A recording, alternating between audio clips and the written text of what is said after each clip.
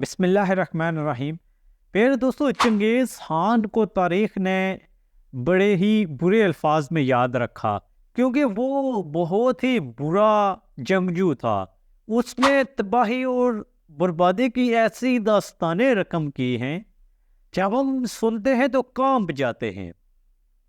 وہ جہاں بھی جاتا، اس گاؤں کو، اس علاقے کو، اس بستی کو تباہ و برباد کر دیتا، ملیا میٹ کرتا، وہاں کے لوگوں کو وہ سر اتروا دیتا، ان کو ہر طرح سے اذیت پہنچاتا۔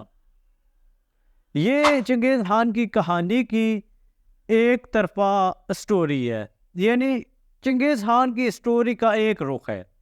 اس کی کہانی کا دوسرا رخ یہ ہے کہ یہ ایک ماہر جنگجو تھا، اور انسان کو ماہر بننے کے لیے سیکھنا پڑتا ہے۔ آج کا ہمارا عنوان بھی یہی ہے کہ چنگیز خان کیسے اتنا کامیاب ہو گیا۔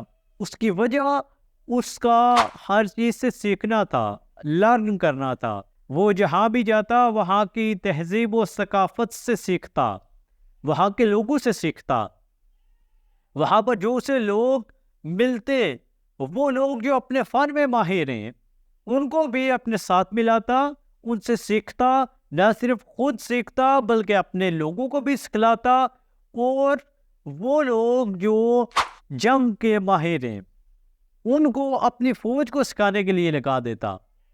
یوں ہی اس نے دنیا کے ایک بہت بڑے حصے پر قبضہ کر لیا۔ وہ سیکھ رہا تھا اور آگے بڑھ رہا تھا۔ جب انسان سیکھ کر آگے بڑھتا ہے تو کوئی اسے روک نہیں سکتا۔ اب اگر آپ اپنا سیکھا ہوا اچھے کام میں لگاتے ہیں تو آپ کی پہچان بنتی ہے۔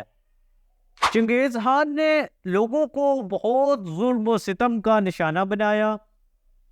اس نے تباہی و بربادی کی ایسی داستانیں رقم کی ہیں جو آج تاریخ کے اوراق گواہ ہیں کہ اس نے بہت ظلم کیے۔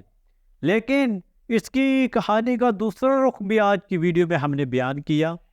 جو سیکھتا ہے وہی آگے بڑھتا ہے، جو لرن کرتا ہے وہی کامیاب ہوتا ہے۔